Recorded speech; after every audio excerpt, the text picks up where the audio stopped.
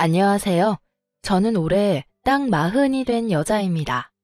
퇴근하고 집으로 돌아와 하루의 고단함을 사연을 들으며 푸는 애청자입니다. 오랜만에 쉬는 날이라 푹 자고 일어나 평소 바빠서 미뤄뒀던 사연을 보내보고자 먼지 쌓인 노트북을 열었어요. 글재주가 없어 창피하긴 하지만 최선을 다해볼게요. 남편과 저는 결혼 4년차 부부였어요. 남들은 어떨지 몰라도 저흰 신혼부부처럼 알콩달콩 잘 살고 있었죠. 잘 사는 시댁과는 달리 친정은 평범한 편이었어요. 반대가 있진 않을까 했던 우려와는 달리 저흰 평탄하게 결혼을 허락받고 결혼식을 올렸어요. 알고 보니 시댁에선 남편에게 별 관심이 없더라고요. 시댁의 관심은 오로지 아주버님에게 있었고 남편은 거의 무시하는 수준이었어요. 당연히 결혼할 때도 어떤 도움이 없었고 오히려 그 점이 전 더 좋더라고요. 결혼 당시 저도 모아둔 돈이 얼마 되지 않았고 그렇다고 부모님께 손을 벌리고 싶지 않았는데 신랑도 저도 고만고만한 돈으로 알아서 시작하면 되니 차라리 그 편이 좋았어요. 저흰 월세집에서 시작해 대출은 있지만 29평짜리 아파트까지 마련했어요. 참 열심히도 살았네요. 그렇게 저흰 성실하고 행복하게 하루하루를 살고 있었어요. 그러던 어느 날 아버님이 갑자기 쓰러지셔 돌아가셨고 거기서부터 저희의 불행이 시작되었어요. 둘째야, 너 들어와서 살아라. 내가 영 적적해서 안 되겠어. 네? 제가요? 그래. 왜? 싫으냐? 그렇다기보단 저보다 형님을 더 아끼시니 형님이랑 사시면 되시잖아요. 첫째는 회사가 멀어서 멀리서 살잖니. 그렇다고 회사를 옮기라고 할 수도 없는 노릇이고. 생각 좀 해보고 말씀드릴게요. 그날 저녁 남편은 한숨을 끊임없이 쉬더라고요. 왜 그렇게 한숨을 쉬어? 어머님 때문에? 응. 당신도 알지? 내가 어떻게 살았는지. 당연히 알지. 당신 연애할 때 술만 먹었다 하면 얘기했잖아. 알고 있었죠. 남편은 어렸을 때부터 형과 심한 차별을 당해왔습니다. 처음엔 단순히 장남과 차남에게 있을 법한 차별이라고 생각했는데 그게 아니더군요. 푼돈을 모으고 모아 급식비를 내고 그마저도 없을 땐 그냥 굶었다고 해요. 악착같이 모은 돈을 시부모님과 아주버님이 뺏어갔다는 얘기를 들었을 때 남편을 부둥켜 안고 얼마나 울었는지 몰라요. 아마 그때였던 것 같아요. 이 불쌍한 남자와 살아야겠다는 결심을 했던 순간이 다신 그 집으로 들어가기 싫었는데 막상 어머님이 그렇게 말하니까 고민스러워. 당연히 고민스럽지. 아주버님도 멀리 계시지? 응, 진주에 있어. 본사 발령도 힘든 상황인가 봐. 상황이 너무 안 좋다. 아버님도 갑자기 돌아가시고 어머님도 외로워 보이고. 그러니까 갑자기 혼자 되면 우울증이나 치매 같은 것도 잘 걸린다던데. 그럴 일은 없겠지만 괜히 그런 생각이 들면서 더 고민스러워. 너무 깊게 고민하지 말자. 당신 맘이 그러면 합가하면 되지 뭐. 같이 살다가 정 힘들면 다시 나오면 되지. 그리고 뭐가 걱정이야? 이제 당신 곁엔 내가 있는데. 내가 당신 지켜줄 테니까 걱정하지 말고 당신 마음 가는 대로 해. 그래, 천하무적 와이프. 든든하네. 고마워 여보. 제 말에 남편은 합가하는 쪽으로 마음을 굳히는 듯 했어요. 그렇게 고민이 길어지던 어느 날 어머님께 전화가 왔더라고요. 예, 아직도 고민 중이니? 와이프랑 얘기 끝냈어요. 집은 새 주기로 했어요. 그래, 잘 생각했다. 내가 너한테 미안하고 고마워서 내 재산 다 넣어줄 생각이다. 네? 갑자기 그게 무슨... 갑자기라니. 너한테 합가하라고 말할 때부터 생각하던 거였어. 하여튼 그렇게 알고 빨리 들어오거라. 넓은 집에 혼자 있으려니 적적해 죽겠어. 큰 방 비워놨으니 그 방 쓰면 될 거다. 웬만한 짐은 다 들어갈 테니 걱정하지 말고 들어와. 네, 어머니. 빨리 정리해서 들어갈게요. 어머님의 갑작스러운 호의에 남편은 멍하니 있더라고요. 한참을 멍하니 있던 남편은 문득 어린 시절이 떠올랐는지 눈물을 글썽였어요. 울어? 아니, 그냥 내가 너무 나쁘게만 보고 있었나 이런 생각이 들어서. 응? 갑자기 무슨 말이야? 어머니가 재산 다 물려주신다네. 그 말을 다 믿는 건 아니지만 말이라도 그렇게 해주시니 기쁘면서도 슬프고 그래. 하여튼 좀 앞당겨서 들어가자. 천천히 들어가려고 했는데 어머니 많이 외로우신가 봐.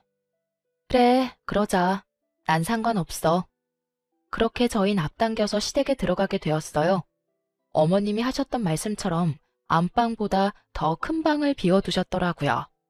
방 안에 저희가 쓰던 침대, 소파, 작은 냉장고까지 넣어도 자리가 남았어요. 그야말로 집안에 저희만의 원룸이 생긴 것 같은 느낌이었어요.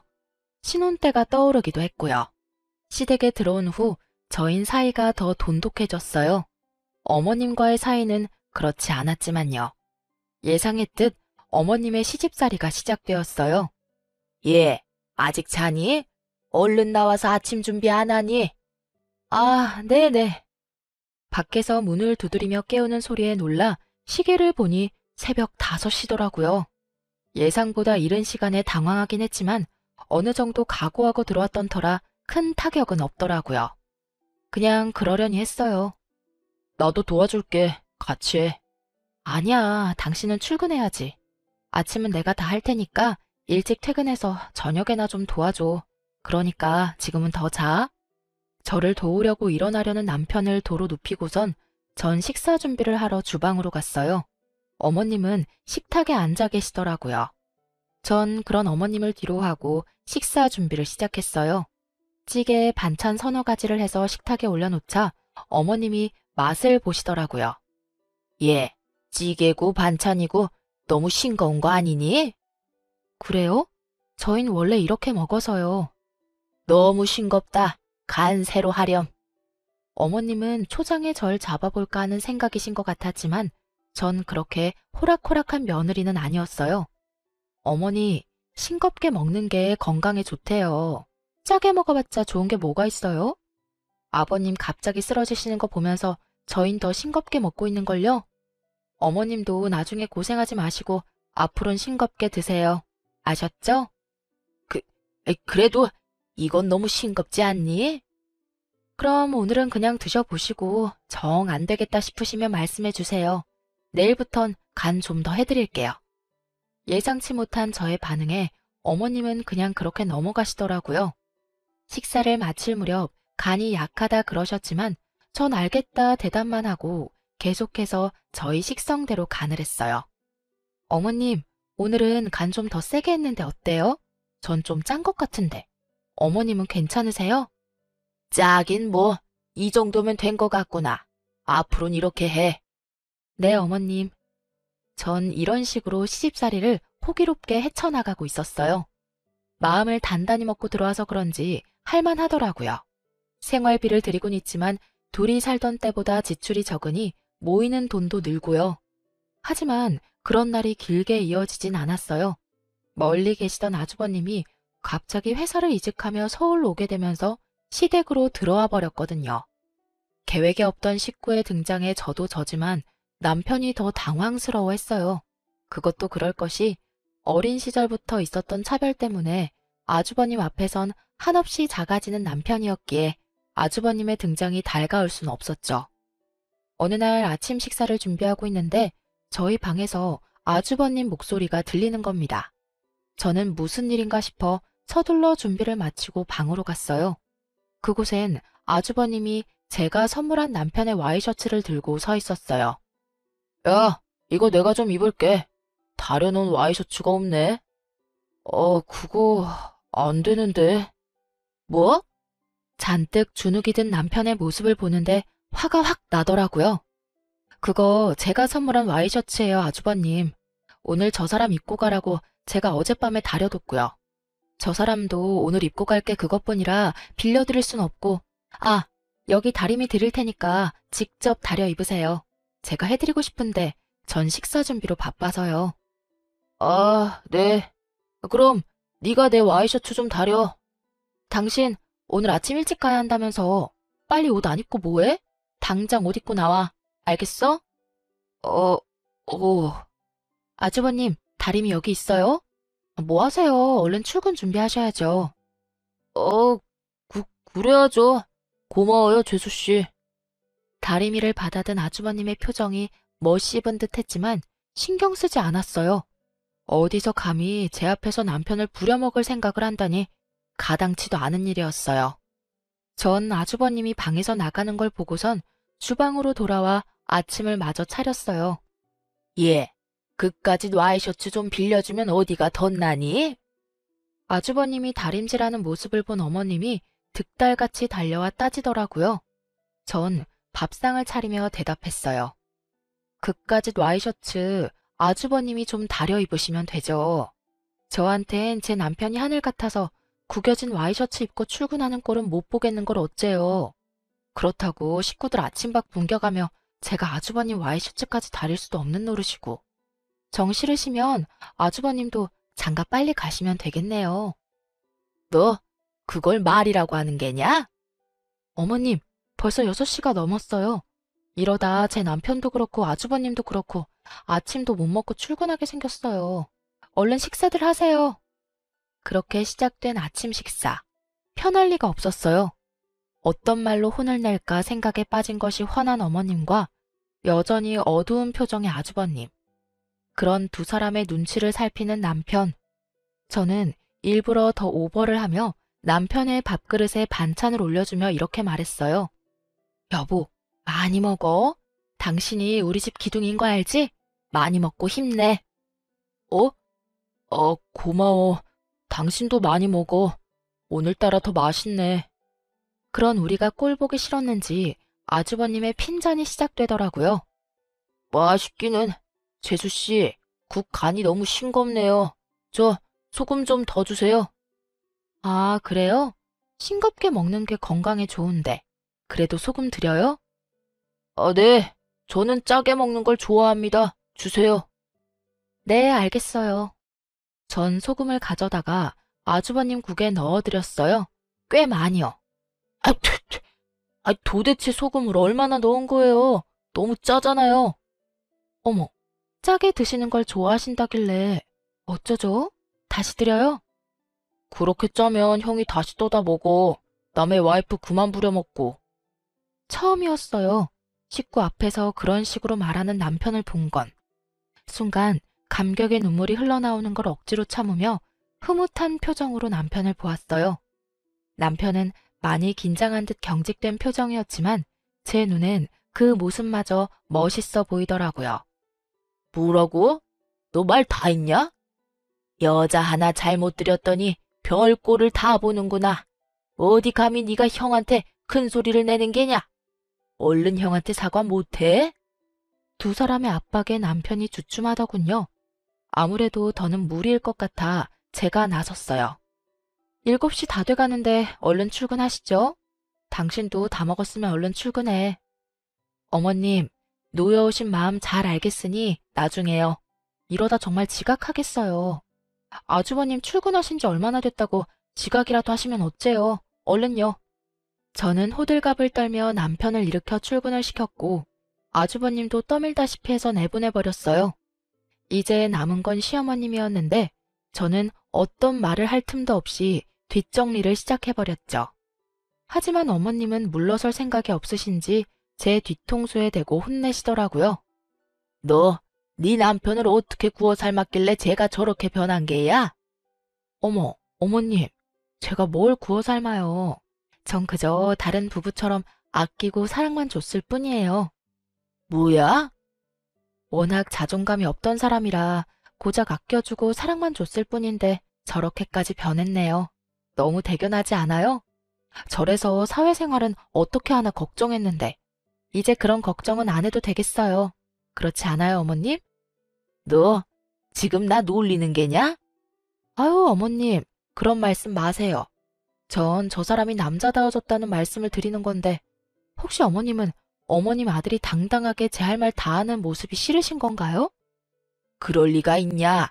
난 그저 한참 어린 아우가 하늘 같은 형님한테 큰 소리 치는 게 버릇이 없다. 이 뜻이야. 에이, 어머님, 아주버님이랑 그이 4살 차이밖에 안 나요. 그리고 아까 일은 아주버님이 너무하셨죠.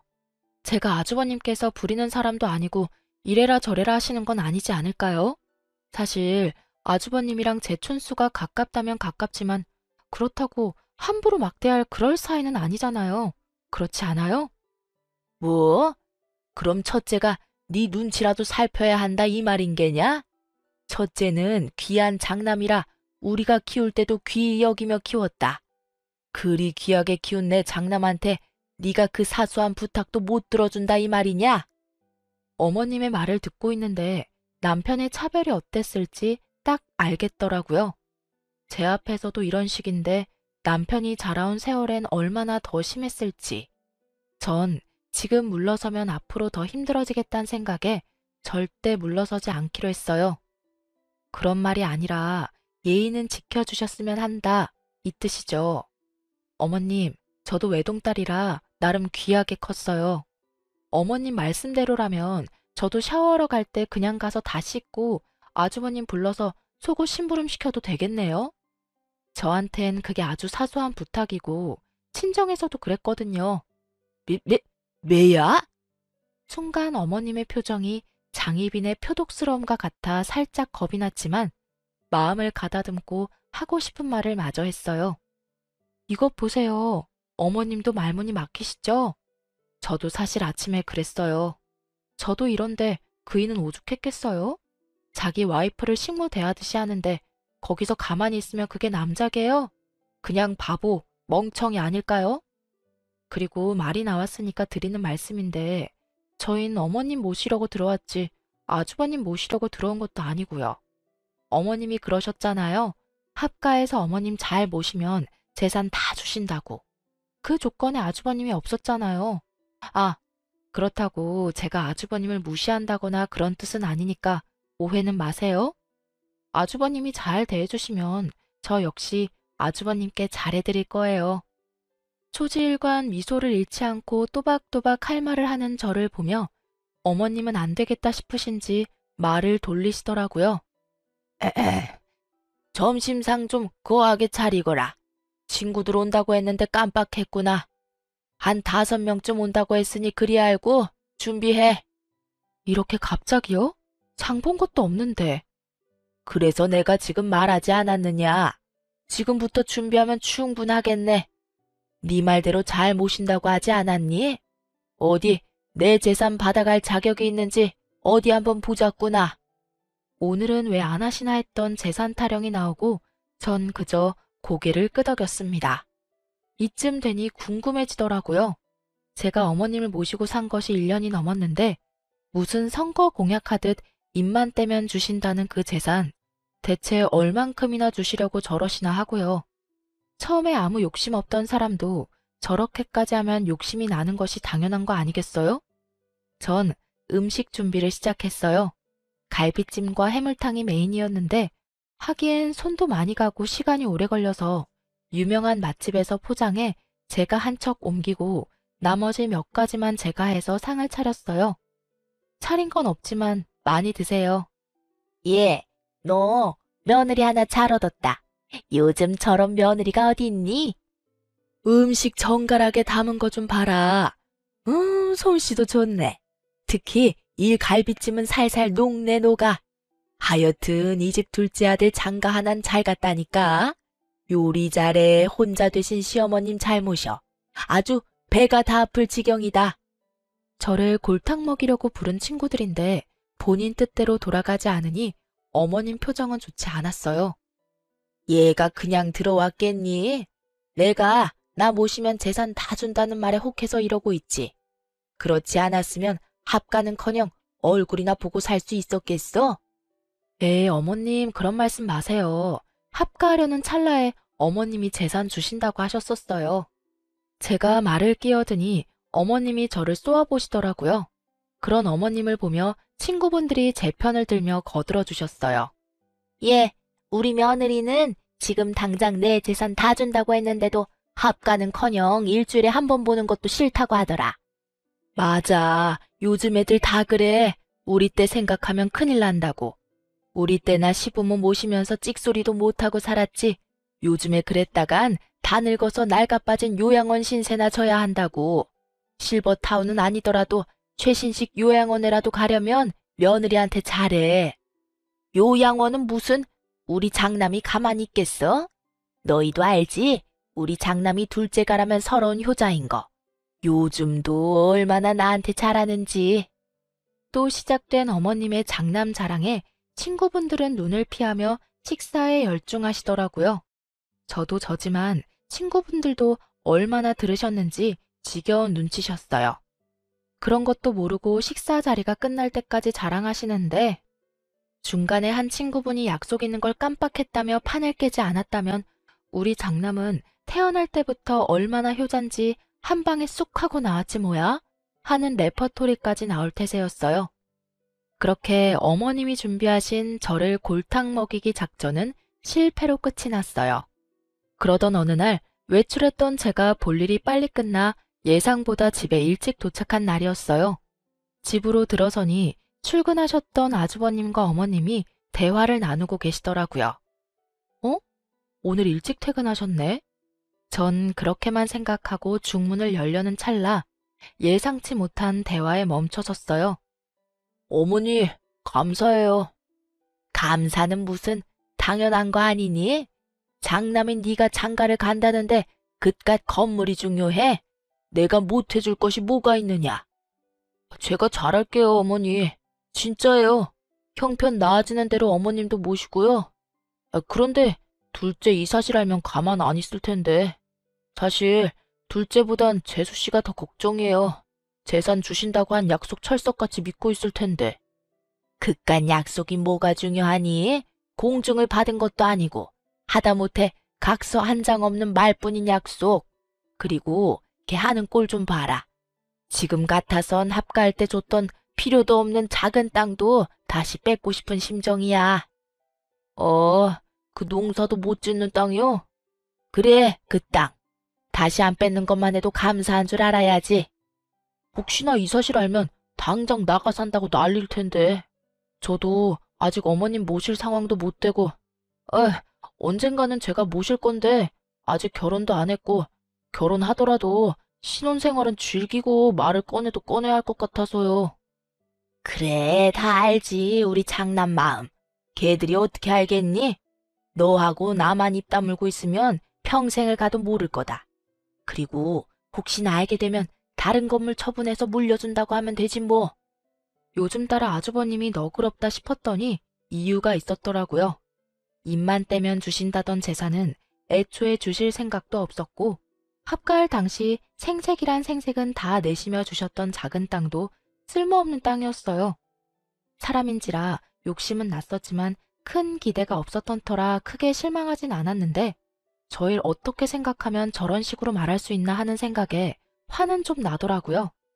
아, 그럼 지금 두 분 말씀은 어머님이 입버릇처럼 말씀하셨던 그 재산 중 일부는 아주버님 집 사주셨고 남은 건물조차 저희 줄 생각은커녕 애초에 땡전 한 푼 줄 생각도 없으셨다. 이 뜻이네요? 저의 등장에 많이 당황한 두 사람이 저를 보더라고요. 두 사람이 보기에도 제 표정이 심상치 않았는지 저를 달래기 시작하더라고요. 당연했죠. 아직은 수족처럼 부려먹을 사람이 필요했을 테니까요. 재수씨, 그게 아니라 제가 어머니께 빌린 거예요. 제가 장가를 가게 됐지 뭐예요? 그래, 아가. 네가 오해하는가 본데 다 빌려준 거야. 그리고 말이 그렇지 내 남은 재산은 다 너희 몫이란다. 내가 너희 주지 누굴 주겠니? 퍽이나 주시겠어요. 저는 마음의 소리를 속으로 삭히며 건성으로 대답하곤 방으로 들어와 버렸어요. 그리고 남편이 오길 기다렸어요. 여보, 괜찮아? 당신도 들었구나. 나도 난데 당신은 괜찮아? 나는 괜찮아. 어차피 기대도 안 했는걸. 난 그저 미우나 고우나 부모니까 마지막 효를 다하려 들어왔던 거였어. 우리 올해로 합가한 지 2년쯤 됐지? 이쯤 하면 된 거 같은데 이제 다시 분가할까? 타이밍도 제격이긴 한데 당신 정말 괜찮아? 난 정말 괜찮다니까. 그럼 5개월 뒤에 나가자. 그때 세준거 계약 만기야. 어때? 그래, 그러자. 일단 그때까지 어머님한텐 비밀로 하자. 그래. 저흰 남은 5개월을 좋게 잘 지내고 나가기로 했습니다. 그렇게 남은 시간을 보내고 있었어요. 아주버님은 결혼을 하셨고요. 저의 형님이 되신 분은 저보다 나이가 어렸고 그 어린 나이만큼 뇌도 어린 것인지 개념 따윈 없는 사람이었습니다. 잔머리는 얼마나 좋은지 집안 행사가 있는 날이면 이리저리 잘도 피해가더라고요. 분가할 날이 얼마 남지 않은 저는 그저 묵묵히 제 일을 하며 지내고 있었어요. 좋은 날이 얼마 남지 않았는데 괜히 큰 소리 내고 싶지 않았어요. 여전히 어머님의 주지도 않을 재산 타령은 계속되고 있었고요. 저희에게 한 푼도 주지 않아도 되니 살아생전엔 제발 아주버님만 주지 말라고 그렇게 생각했어요. 아주버님은 물론이고 형님도 저희가 봤을 땐 어머님을 모실 사람으론 보이지 않았으니까요. 그나마 어머님도 재산이라도 쥐고 계셔야 남은 여생 편히 사실 거라 그렇게 생각했어요. 저흰 모진 냉대에도 2년 넘게 모시고 산 것으로 저희가 할 도리는 다 했다고 그리 생각했으니 다신 모시고 살 생각이 없었거든요. 그러던 어느 날 저희의 분가가 생각보다 더 빨리 이루어지게 되었어요. 한바탕 소란과 함께요. 그날은 어머님의 생신이었어요. 칠수는 작년에 성대하게 하셨고 올해는 그저 가족끼리 밥만 먹기로 했었어요. 그런데 이때껏 제사 한번 챙긴 적 없던 형님이 아침부터 시댁으로 와 호들갑을 떨기 시작하더라고요. 이게 뭐예요, 동서. 오늘 어머님 생신인 거 잊었어요? 1년에 하루밖에 없는 생신인데 신경 좀 쓰지 그랬어요? 특등급 소고기 미역국에 전복에 잡채. 그것 말고도 먹을 게 이렇게나 많은데 이 정도면 됐죠. 뭐 얼마나 더 신경을 써야 했을까요? 그리고 형님, 어제 제가 음식 준비 좀 같이 하자 했을 땐 바쁘시다 하더니 제가 어젯밤부터 해서 오늘 새벽까지 음식 다 해놓고 나니까 떡하니 와서 이러는 거. 본인이 생각해도 좀 얄미운 짓이라 생각 안 해요? 진짜 바빠서 그랬죠. 그러지 말고 우리 출장 뷔페 불러요. 비용은 내가 낼 테니까. 네? 그럼 이 음식들은 다 어쩌고요? 어쩌긴 내일 먹으면 되죠. 나 갈 때 좀 싸주면 되겠다. 그럼 됐죠? 그러면 뷔페 부를게요. 형님! 형님! 저의 부름이 들리지도 않는지 형님은 재빠르게 출장 뷔페를 부르고선 어머님께 명품 가방을 안겨드리고 있더라고요. 밤새 고생한 걸 생각하면 말 그대로 열받아 죽을 것만 같았지만 오히려 잘 됐다 싶기도 했어요. 저렇게 서로 좋아 죽으니 맘 편히 분가해도 되겠다 싶었거든요. 그렇게 출장 뷔페팀이 오고 저흰 맛있게 식사를 마쳤어요. 제대로 대접받은 시어머님의 입이 귀에 걸려 내려올 생각이 없어 보였어요. 좋게 생각해보려 해도 너무 과한 대접에 꺼림칙함이 사라지지 않고 있을 때였어요. 저기 어머니. 뷔페팀이 사라지고 과일을 챙겨오니 아주버님이 조심스럽게 말을 꺼내더라고요. 왜 그러는 게냐? 무슨 일 있는 게냐? 그게... 아주버님이 말끝을 흐리자 형님이 말끝을 차고 들어오더라고요. 어머님, 이 사람 회사 그만두고 사업 시작했어요. 그래서 말인데 어머님이 이 사람한테 투자 좀 해주시면 안 될까요? 뭐? 어머님은 꽤 당황스러워 보였어요. 저희도 적잖게 당황했지만 일단 가만히 있었어요. 들어보니까 어머님 건물 한 채 더 있다고 하던데 그거 좀 투자해 주시면 안 될까요? 이 사람 요새 잠도 제대로 못 자고 밥도 제대로 못 먹어요, 어머님. 어차피 어머님 재산 다 장남인 이 사람 주실 거 아니에요? 그게 그렇긴 하지. 이대로는 안 되겠다 싶어 제가 나섰어요. 어머님, 정말 해도 해도 너무하시네요. 그 재산 저희 주시기로 하신 거 아니에요? 한두 번도 아니고 제가 모시고 사는 2년 넘는 시간 동안 몇 번이나 말씀하셨잖아요. 그런데 뻔히 저희 듣는 데서 그렇긴 하다뇨. 정말 이건 아니죠, 어머님. 동서는 좀 빠지죠? 제가 왜 빠져야 해요? 여기서 절대 빠지면 안 되는 사람이 전데 제가 왜요? 동서, 그 건물이 어머님 건물이지 동서 건물인 줄 알아요? 아니, 그리고 서방님도 가만히 있는데 왜 동서가 나서서 이 난리인 줄 모르겠네. 그럼 형님은요? 아주버님도 저렇게 가만히 있는데 왜 형님이 나서냐고요? 이거랑 그거랑 같아요? 그럼 같지. 다를 건 또 뭐래요? 뭐? 야, 너 아까부터 어디서 꼬박꼬박 말대답이야. 내가 엄연히 손 윗사람인 건 몰라? 내가 그렇다고 하면 그런 줄 알고 고분고분하게 대답이나 할 것이지 어디서 버릇없게? 뭐? 야, 버릇? 너 말 다 했니? 뭐? 너? 그래, 너. 말 놓길래 서로 말 까자는 뜻인 줄 알았는데. 왜? 이게? 눈이 제대로 돌아버린 형님은 제 머리채를 낚아채더라고요. 저도 물론 형님의 머리채를 인정사정 없이 잡았어요. 이래봬도 제가 학창 시절에 팔씨름 좀 했던 터라 손쉽게 제압이 되더라고요. 그간에 쌓였던 스트레스를 아귀에 집중시켰더니 더 힘이 넘치기도 했고요. 하여튼 형님이 밀린다 싶으니 시어머님이 말리시더라고요. 뭐 하는 짓들이냐? 그만두지 못해? 어머니, 저 머리카락 다 뽑히는 줄 알았어요.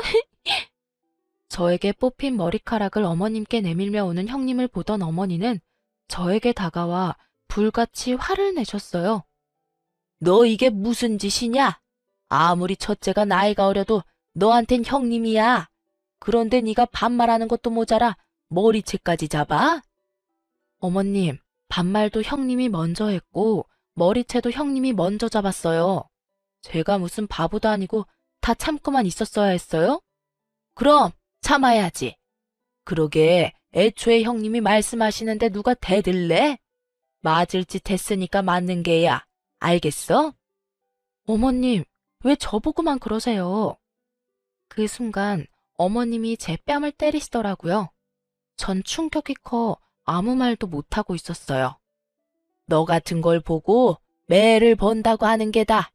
오냐오냐 해주니 어른 무서운 줄 모르고 어디서 눈을 똑바로 뜨는 게야? 뺨을 부여잡은 저를 향해 어머님의 호통이 이어지던 그때였어요. 어머니! 화가 머리끝까지 난 남편이 어머님을 향해 고함을 질렀어요. 그런 남편의 모습에 저를 포함한 세 사람이 남편을 쳐다봤어요. 제발, 제발 좀 그만하세요. 저한테 하신 거로는 부족하세요? 뭐라고? 저한테 하신 거로는 부족하시냐고요. 지금 하시는 행동 전부 저 어릴 때 저한테 하시던 행동이잖아요.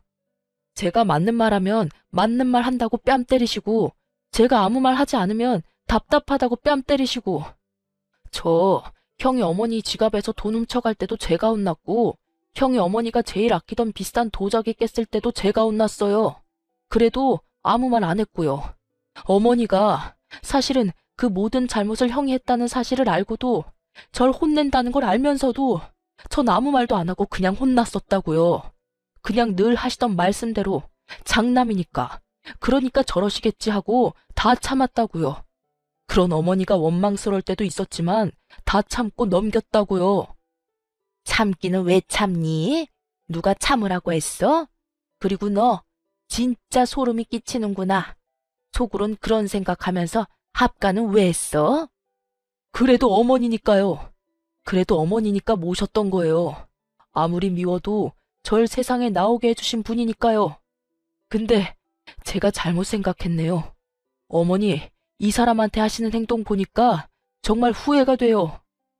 네가 후회가 되면 어쩌겠단 말이냐? 어쩌긴요. 저희 분가하겠습니다. 아니, 인연 끊겠습니다. 앞으로 저나 이 사람한테 연락도 하지 마세요. 주신다던 재산? 처음부터 기대도 하지 않았습니다. 이 사람이나 저나 그 재산 형한테 다 뺏기지 않게 지켜드리려고 그랬던 건데 이제 그럴 필요도 없겠네요. 이로써 제 할 도리는 다 했습니다. 주신 땅은 이제껏 저나 집사람이 어머니 모셨던 값으로 치고 잘 받도록 하겠습니다. 그럼 사시는 동안 평안하시고 돌아가시더라도 연락 주지 마세요. 연락 주셔도 찾아가지 않을 테니까요. 그렇게 말한 남편은 저의 손을 잡고 그래도 시댁을 나와버렸어요. 짐은 다음날 이삿짐 센터를 통해 옮겨 컨테이너에 맡겨두었고 집은 팔기로 했답니다. 시댁에서 모르는 곳으로 이사하기로 했거든요. 집을 구하기 전까지 저흰 친정에서 잘 지냈어요. 남편도 시댁보다 더 편해 보였고요. 저희 부모님께서 남편을 많이 아껴주셨거든요. 너 저런 남편 없다. 잘하고 살아. 친정엄마 늘 입버릇처럼 하던 말씀이세요. 얼마나 아끼는지 다들 아시겠죠? 저흰 한 달가량 친정에서 지내다 나와 새로운 곳에 터를 잡았습니다. 어머니께서 주셨던 땅을 처분하니 대출 없이도 작은 아파트 정도는 살 수 있더라고요. 남편은 회사도 그만뒀어요. 퇴직금과 조금 남아있던 돈으로 저흰 가게를 차렸고요. 한동안은 그렇게 잘 지냈어요. 시댁에서도 연락조차 없는 걸 보니 잘 지내는 것 같았어요. 어느 날 문득 달력을 보는데 시댁 제사가 있던 날이더라고요. 잘하려나 생각하는 찰나 무섭게 전화가 오기 시작했어요. 여보, 이거 봐봐. 어머님이랑 형님한테 계속 전화 와. 이때껏 연락도 없더니 왜? 오늘 제사잖아. 그럼 그렇지. 다 무시해. 나도 형한테 전화 온다. 그냥 꺼버리자. 당신도 꺼버려. 남편의 뜻에 따라 전원을 꺼버리고 다음날 전화를 켠 저는 엄청난 문자에 놀랐어요. 부재중을 알리는 문자가 50통이 넘었고 나머지는 이런 내용들이었어요. 진짜 절연이라도 하려고 이러는 것이냐? 절연할 때 하더라도 당장 와서 제사 준비는 해라. 적당히 하고 당장 오라는 등 온갖 협박을 하던 연락의 끝은 더 황당하더군요. 너희 때문에 첫째네 이혼하게 생겼다. 형 집안 풍비박산 내놓고 얼마나 잘 먹고 잘 사나 내가 지켜볼게다. 어머님에게 온 연락이었어요. 꼼짝없이 집안일을 다 떠맡게 생긴 그 여자가 이혼하겠다고 선포라도 한 모양이더라고요. 그렇게 끝인 줄 알았던 연락은 계속해서 왔어요. 어떡해 여보, 이거 좀 봐봐. 뭔데 그래? 전 어머님께 온 문자를 남편에게 보여줬어요. 너희 때문에 첫째네가 이제 내 연락은 받지도 않는다. 이거 어떻게 책임질 거야? 네가 그날 와서 제사만 지내줬어도 이런 일은 없었을 거 아니냐? 아주버님도 어머님 연락 딱 끊었나 봐. 어쩌지? 어쩌긴 어째. 그러게 진작 좀 잘하시지. 조금만 잘 대해주셨어도 우리가 이랬겠어? 다 자업자득이야. 그리고 뭐가 걱정이야? 돈도 많은데 알아서 잘 사실 테니까 걱정도 하지 마. 완전히 마음이 돌아선 남편은 냉정하더라고요. 전 남편의 말대로 그 연락도 무시했지만 어머님의 연락은 끊기지 않았습니다. 계속해서 무시로 일관하던 저는 결국 전화를 받고야 말았어요. 그날은 어머님 생신이었거든요. 네, 어머님. 아가, 어떻게 첫째가 나한테 이럴 수 있다니. 아주버님 연락도 없으세요? 연락은커녕 내 전화도 안 받은 지 오래됐어. 찾아갔더니 문도 안 열어주더라고. 내가 어떻게 했는데 나한테 이럴 수가 있단 말이냐? 어떻게 나한테 이래? 기다려보세요. 연락 오시겠죠. 기다려도 연락이 없으니 이러지. 넌 지금 사람 약 올리니? 제 말은 그게 아니라요. 이런 상황에서도 저에게 역정을 내는 어머님을 보니 할 말이 없었어요. 저의 통화를 옆에서 듣고 있던 남편은 언성을 높이는 어머님의 소리에 제 전화를 가지고 가 단호하게 말했어요. 어머니는 정말 여전하시네요. 다시는 전화하지 마세요. 전화를 끊어버린 남편은 어머님 번호를 차단 목록에 넣어버렸어요. 이제 다시는 연락 받지 마. 목소리도 듣기 싫으니까. 알겠어. 그 뒤론 연락이 와도 알 수가 없으니 잊고 살았어요. 사실 식당도 조금씩 바빠져서 신경 쓸 겨를도 없었고요. 그러던 어느 날 식당으로 예상치 못한 손님이 찾아왔어요. 어서 오세요. 어머, 안녕하세요. 정숙이네 둘째 며느리 아니야? 네, 잘 지내셨죠? 그렇습니다. 지난번 집에 오셨던 어머님의 친구 한 분이 우연히 오셨더라고요. 저흰 그분에게서 잊고 지냈던 시댁 소식을 들을 수 있었죠. 난 잘 지내는데 정숙이는 오늘 내일 하잖아. 집 나가서 모르겠구나. 글쎄 연락 뚝 끊겼던 장남이 갑자기 다시 찾아와서는 여행도 모시고 가고 용돈도 턱턱 주고 하길래 이제 정신 차렸나 보다 했지. 그런데 그게 아니라 사업이 힘들어져서 나머지 재산 뜯어내려고 왔더라고. 우리가 그렇게 말렸는데 정수기는 우리 장남이 그럴 일 없다며 남은 건물 한 채 정리해서 투자해줬는데 글쎄 한 일주일 잘한다 싶더니 그 뒤론 또 연락 두절됐잖아. 그러게 말 안 듣더니 그나마 집은 남겨뒀으니 망정이지 다 늙어서 길거리에 나 앉을 뻔했어. 아, 그런 일이 있었어요? 그래, 그런 것도 장남이라고 그렇게 끼고 돌더니 요샌 나랑도 연락도 잘 안 돼. 창피하겠지. 동네방네 소문 쫙 났으니 어디 얼굴 들고 다니겠어? 네, 그렇긴 하겠네요. 그럼 식사 맛있게 하세요. 결국 저희가 우려했던 일이 그대로 일어났더군요. 남편은 그날 저를 피해 찾은 골목 어귀에서 10년 동안 끊었던 담배를 다시 피우더라고요. 그런 남편을 본 전 아무 말도 하지 못했어요. 그 심정이 어떨지 전 감히 짐작도 되지 않았으니까요. 그저 그날 밤 남편에게 마시는 안주를 만들어주며 술상을 봐줬어요. 남편은 술 한 잔에 털어내려는 듯 시원하게 소주 한 병을 비우고 평소의 모습으로 돌아와 열심히 음식을 연구하며 식당을 위해 노력했어요. 그런 남편의 노력을 하늘이 알아챘는지 식당에 손님이 넘쳐났어요. 그야말로 대박이었죠. 눈코 뜰 새 없이 바쁜 일상을 보내던 어느 날, 모르는 번호로 전화가 오더군요. 그 당시 체인점 문의 전화가 많이 오던 터라 아무런 의심 없이 전화를 받았어요. 여보세요? 아가, 나다. 저희가 전화를 받지 않자 전화번호까지 바꿔 연락하셨더라고요. 네, 어머님, 잘 지내시죠? 죽기 전에 목소리라도 들어볼까 싶어서 전화해봤어. 네? 어머님, 그게 무슨 말이세요? 죽으신다뇨. 내가 이렇게 살아서 뭐 하겠니? 그래서 죽으려고 하니 네 생각이 나지 뭐야. 그래서 마지막으로 목소리라도 들어볼까 해서. 둘째랑 행복하게 잘 살아. 이만 끊으마. 그렇게 끊긴 전화를 붙잡고 제가 안절부절 못하고 있자 옆에서 듣고 있던 남편의 눈빛은 흔들렸지만 말은 단호하게 하더라고요. 절대 죽을 사람 아니니까 걱정하지 마. 전 여기서 끝이 아닐 거란 예감이 강하게 들더라고요. 제 예감은 적중했고 병원에서 전화가 왔어요. 어머님이 입원하셨는데 환자분이 애타게 찾고 있으니 오시라고요. 저와 남편은 대기 손님까지 있던 가게를 내팽개치다시피 하고 급히 병원으로 달려갔어요. 병실 앞에 도착한 저희는 가쁜 숨을 내쉬고 있었는데요. 그때 병실 안에서 어머님 목소리가 들려오더라고요. 응? 나 괜찮아. 그냥 입원만 한 거야. 죽는다고 했는데도 오질 않으니 어쩌겠어? 이런 쇼라도 해야지. 첫째 놈, 말도 마라. 아예 전화번호까지 바꿔서 연락도 안 돼. 내가 미쳤지.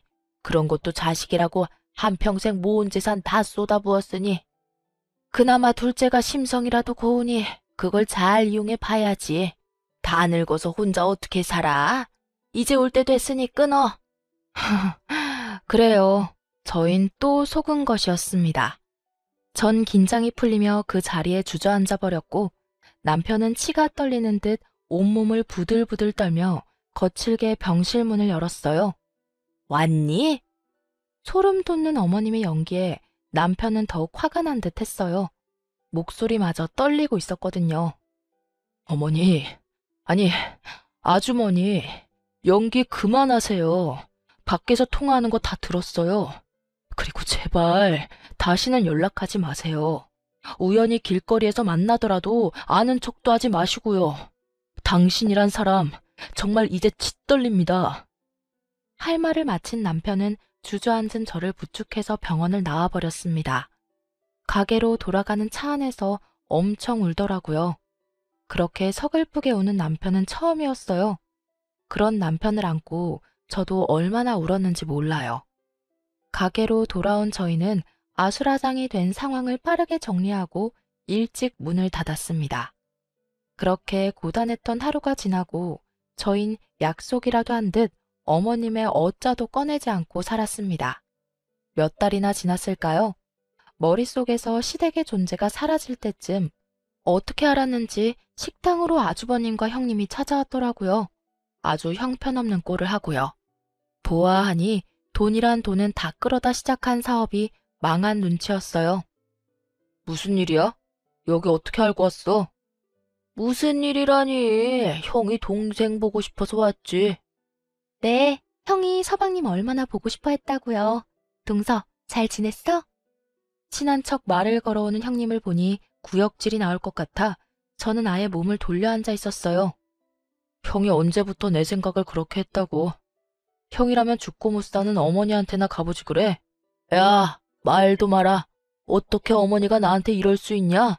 집에 찾아갔더니 경찰 불러서 쫓아내시더라. 나 원참 황당해서. 내가 그까지 돈 좀 날려먹었다고 어떻게 장순을 경찰에 신고하냐? 그래서 지금 내 돈까지 뜯어먹으려고 찾아온 거야? 아니 그게 아니라. 야, 동생아. 말이 나왔으니까 하는 말인데 나 돈 좀 빌려주면 안 되냐? 이번엔 진짜 성공할 수밖에 없는 아이템이라서 그래. 네가 조금만 도와주면 어떻게 될 것 같은데. 돈? 조금만 기다려봐. 말 같지도 않은 말을 듣고 있던 남편은 잠시 기다려보라며 주방으로 향했어요. 그리곤 굵은 소금을 한 바가지 퍼와 아주버님과 동서에게 냅다 뿌려버렸어요. 이게 뭐야? 서방님, 이게 뭐한 짓이에요? 둘 다 내 말 잘 들어. 2번 다시 찾아오지 마. 한 번만 더 찾아오면 소금으로 맞은 이 순간을 감사하게 여기게 만들어줄 테니까. 알아들었으면 얼른 썩 꺼져. 남편의 고함에 두 사람은 혼비백산하며 사라졌어요. 언제쯤 끝이 나려나 했던 시댁과의 인연도 이렇게 끝이 났습니다. 그래서 저희는 어떻게 살고 있냐고요? 저흰 시댁에서 나오며 하는 일마다 잘 풀려 아주 잘 살고 있어요. 10평도 되지 않는 공간에서 시작했던 식당은 이제 50평 정도 되고요. 체인점 문의도 끊임없이 들어와서 고민하고 있어요. 쉬는 주말에는 봉사활동도 다니고요. 언제인지 자세히는 모르겠는데 제가 이렇게 물어본 적이 있어요. 여보, 사실 절연이란 게 쉽게 할 수 있는 결정은 아니잖아. 결정은 했다고 하더라도 그렇게 강단 있게 밀어붙이는 것도 쉽지 않고. 혹시 후회한 적은 없었어? 제 물음에 남편은 이렇게 말하더라고요. 후회? 후회는 무슨? 지금이 100배, 1000배 행복해. 나한테 이제 가족은 장인어른, 장모님, 그리고 당신뿐이야. 가끔 부모님과 연 끊고 산다는 사람들을 보며 왜 그러고 살지? 하고 혀를 찬 시절도 있었어요. 그런데 제가 당해보니 그런 결정을 할 때는 다 이유가 있더라고요. 만약 그때 남편이 강단 있는 결정을 내리지 않았다면 저흰 아주 불행한 삶을 살고 있었겠죠. 쓰다 보니 말이 길어졌는데 많이 지루하진 않으셨는지 걱정이네요. 애청자 여러분, 저는 이만 물러가 볼게요. 긴 제 사연 들어주셔서 감사합니다.